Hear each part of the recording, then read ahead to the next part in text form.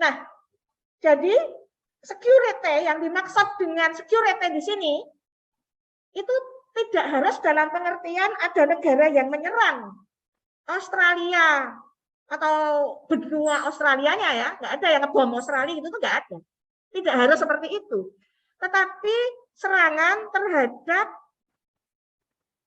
ya penduduk itu bukan penduduk ya, terhadap warga negara Australia yang bisa berada di luar negeri karena memang misalnya seperti bom Bali itu yang disasar kan karena dia warga negara Australia gitu.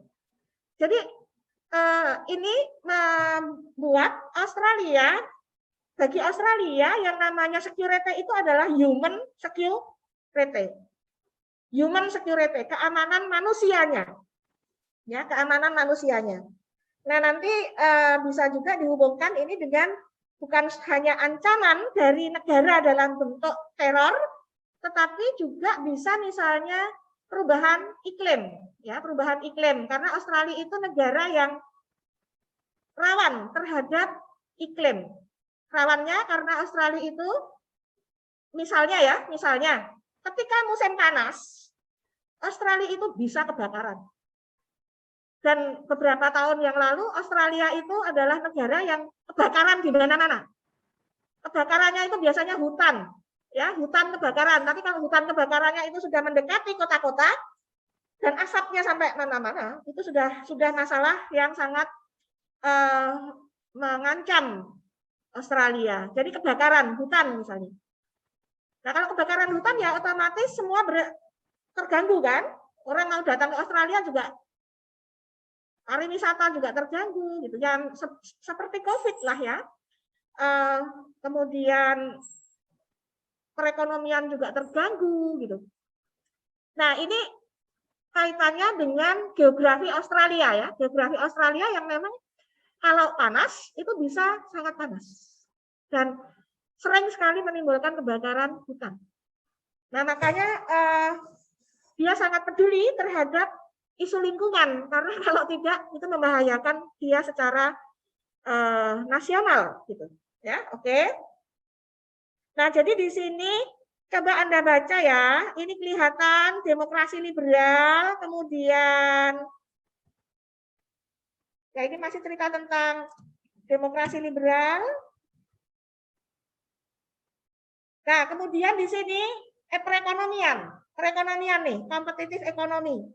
Jadi ini cerita bagaimana Australia itu termasuk negara yang mensponsori G20, ya, G20 yang sekarang Indonesia akan menjadi presiden dari G20, ya. Jadi Australia termasuk negara yang senang membuat organisasi pemerintahan regional gitu ya, organisasi regional seperti G20 ya, atau institusi regional. Karena dengan adanya kebijakan-kebijakan yang sifatnya multilateral seperti itu akan membuat dia menjadi lebih besar, ya, lebih besar dalam pengertian seperti sebuah lidi misalnya ya Mbak ya. Lidi itu kalau satu dipatahkan itu gampang. Tetapi kalau dia mempunyai ikatan, ya kan, misalnya lidinya 20 itu dipatahkan lebih sulit. Nah, jadi negara-negara yang bukan superpower termasuk Australia itu pasti akan sangat peduli terhadap multilateralisme. Sebetulnya hampir semua negara itu mestinya peduli terhadap multilateralisme, tetapi negara yang besar sekali kadang-kadang sering mengabaikan multilateralisme, misalnya seperti Amerika gitu ya. Itu kadang-kadang dia mengabaikan ya karena dia memang bisa di atas itu. Tapi bagi negara-negara yang katakanlah negara-negara middle power, ya paling efektif pakai multilateralisme. Gitu kan? Oke, jadi multilateralisme itu membuat dia menjadi lebih diperhitungkan, gitu ya. karena itu akan bisa membawa identitas yang lebih besar. Oke, jadi di sini Anda lihat, di sini ada perekonomian liberal. Nah, kenapa perekonomian liberal itu menjadi norma dari politik luar negeri Australia? Karena pertama, isi dari penduduk Australia itu memang sebagian besar adalah orang-orang Eropa.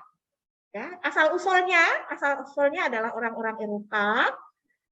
Sebagian besar lagi mereka adalah orang-orang keturunan Inggris yang memang mempunyai, sebagian besar di antara mereka itu mempunyai ideologi liberal. Jadi kalau kita bicara ekonomi liberal, yaitu memang nadi-nadinya adalah orang-orang Inggris. Siapa? Tokoh ekonomi liberal yang terkenal siapa? Dulu? Pemikir ekonomi liberal yang sangat terkenal siapa namanya? Siapa namanya? Adam Smith. Adam Smith, Bu. Smith, betul. Adam Smith ya. Adam Smith itu kan tokoh liberal ya, yang menyampaikan bahwa atau yang mengatakan bahwa prinsip ekonomi liberal itu apa, Mbak? Apa, Nabila? Prinsip ekonomi liberal itu apa?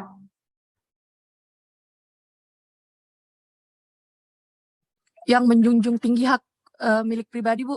Ya, betul. Selain itu apa lagi? Memberi kebebasan pada pasar, jadi intervensi pemerintah hanya sedikit. Gitu. Bagus banget, bagus banget. Jadi bagaimana agar harga, kalau menurut liberal, itu ditentukan oleh pasar. Artinya tidak diintervensi oleh pemerintah. Nah, ejawantahnya atau prakteknya nanti misalnya adalah agar pemerintah jangan membuat hambatan-hambatan dalam perdagangan yang bisa berupa tarif, ya, bisa berupa tarif atau hambatan-hambatan non tarif, gitu ya. Jadi tarif itu misalnya adalah bahasa lainnya adalah pajak, ya, bea masuk, bea cukai, bea masuk, bea keluar. Kalau orang mau ekspor, orang mau impor, itu kan diatur dengan aturan pemerintah, dan aturan itu kadang-kadang mengambil pajak atau bea masuk atau bea ekspor, ya, yang disebut dengan tarif. Nah, atau aturan-aturan yang non tarif, ya, non tarif tetapi menghambat. Nah, nanti ini bisa kita pelajari secara khusus di dalam ekonomi politik. Tetapi intinya itu sebetulnya. Jadi perekonomian liberal. Nah, kenapa seperti itu? Karena memang tadi selain dia memang mempunyai prinsip perekonomian liberal sejak lama, Australia juga merupakan negara yang sangat ekspor oriented. Ekspor oriented. Nah, ini memang agak beda ya. Kalau Indonesia ini ekspor oriented juga, tapi baru-baru ini. Kalau dulu-dulu Indonesia itu tidak sangat ekspor oriented karena apa? Karena memang kita mempunyai pasar yang sangat besar. Jadi nggak usah dijual keluar pun, dijual di dalam negeri itu sudah pasarnya banyak sekali di Indonesia itu. Penduduk Indonesia itu banyak, wilayah kita sangat luas, gitu ya. Ya, kalau seandainya pasar domestik itu sudah sangat besar. Tetapi Australia kan beda. Australia itu penduduknya sedikit. Kalau produksinya itu banyak, mau diapakan? Kalau nggak dijual keluar, gitu ya. Jadi dia harus jual keluar. Nah, produk andalan Australia itu apa? Produk andalan Australia itu apa? Sapi, Bu. Sapi, betul. Sapi. Daging, ya. Artinya produk sapi. Terus apa lagi? Selain sapi. Mineral. Ya, betul. Selain itu apa? Masih di produk pertanian apa? Kayu olahan. Kayu. Kayaknya kalau kayu tidak, Mbak. Apa? yang lebih dari itu. Kopi dan minyak kelapa, Bu? Apa? Kopi dan minyak kelapa? Masa Australia punya kelapa, Mbak? Masa Australia Gandum, Bu. Hah? Gandum. Oh iya, itu maksudnya yang ekspor ke Australia. Iya, gandum, betul. Gandum itu yang paling besar di dunia itu ya Australia. Gandum itu paling besar. Selain buah-buahan dan sebagainya. Jadi memang Australia itu negara produsen agriculture, Mbak. Agriculture ya. Jadi produk-produk pertanian itu menjadi andalan Australia. Kemudian produk mineral, produk tambang. Ya, tambang, baja. Baja itu adalah andalan Australia juga. Jadi kalau Anda melihat kebanggaan Australia itu adalah jembatan Sydney, yang notabene itu adalah baja ya, konstruksinya baja. Nah, kalau Anda melihat bahkan di Indonesia jembatan-jembatan yang konstruksinya baja itu banyak yang diimpor dari Australia karena memang dia unggul di bidang baja itu, misalnya begitu ya. Jadi itu memang andalan Australia. Nah, jadi itu merupakan prinsip perekonomian Australia. Di sini kita bisa melihat negara mana yang menjadi menjadi negara penting bagi Australia itu mana saja. Nah, di sini kita bisa melihat ini. Amerika, Cina, Indo-Pacific Partnership, Indo-Pacific itu termasuk Indonesia. Nah, dia juga peduli terhadap ancaman dari Korea Utara, ya.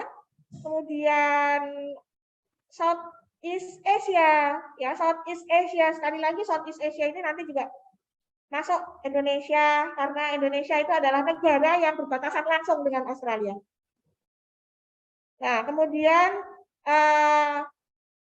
masalah yang terkait dengan keamanan laut Australia itu juga menjadi perhatian karena Australia itu negara yang terpisah oleh laut. Ya, jadi ancaman yang masuk dari atau ke Australia itu kemungkinan besar bisa lewat laut, ya. Dan laut itu sebelahnya adalah Indonesia. Karena kalau yang selatan nggak ada ancaman, selatan itu isinya kutub, ya, nggak ada ancaman. Nah, di sini kemudian kelihatan open global economy. Nah, ini adalah yang merupakan opportunity Australia itu adalah adanya perekonomian yang terbuka. Nah, sehingga bagaimana memperbesar opportunity itu? Maka tidak mengherankan apabila Australia itu mengajak negara-negara tetangganya untuk bekerja sama dalam konteks kerjasama ekonomi seperti free trade area.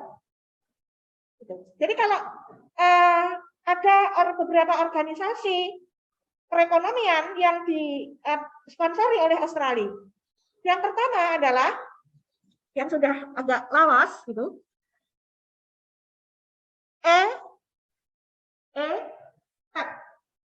Asia Pacific Economic Cooperation. Asia Pacific Economic Cooperation ini udah lama APEC.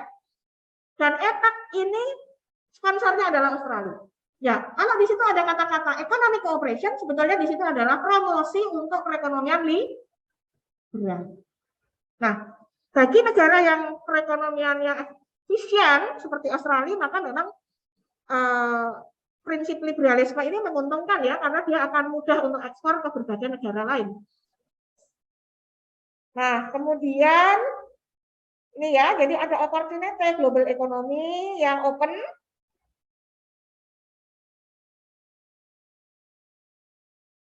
Nah, bagaimana dengan isu keamanan? Isu keamanan Australia itu akan terkait dengan pertama terorisme, ekstremisme itu ya saudaranya terorisme tadi. Misalnya ya pemikiran-pemikiran kalau konkretnya yang seperti misalnya ya fundamentalisme. Nah, sayangnya fundamentalisme itu sering dikaitkan dengan Islam.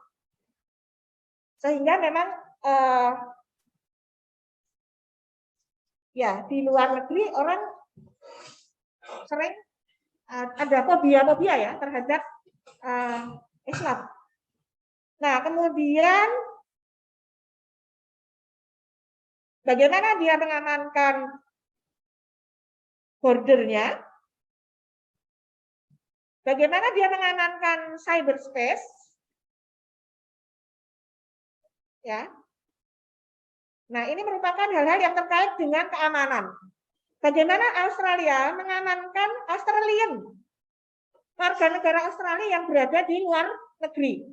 Seperti Anda lihat kemarin misalnya Australia itu habis-habisan ketika mempertahankan atau menentang adanya hukuman mati terhadap narapidana narkoba yang notabene dia adalah warga negara Australia yang kemudian dihukum mati oleh Indonesia. Meskipun dia bukan orang bukan asli banget Australia, tapi dia warga negara Australia. Nah, itu ya karena ini, Mbak. Nah, karena Australian overseas ini harus merupakan bagian dari keamanan. Papua New Guinea ini juga menjadi Papua New Guinea dan Timor Leste ini menjadi negara dengan perhatian khusus bagi Australia. Jadi Papua New Guinea, jadi hubungan Australia Papua New Guinea, hubungan Australia Timor Leste itu sangat kuat. Nah, ini Anda bisa membaca, bisa membuat penelitian tentang Australia Papua New Guinea atau Australia Timor Leste terkait dengan bantuannya, terkait dengan evaluasi terhadap bantuannya, pengaruh Australia di Timor Leste dan sebagainya.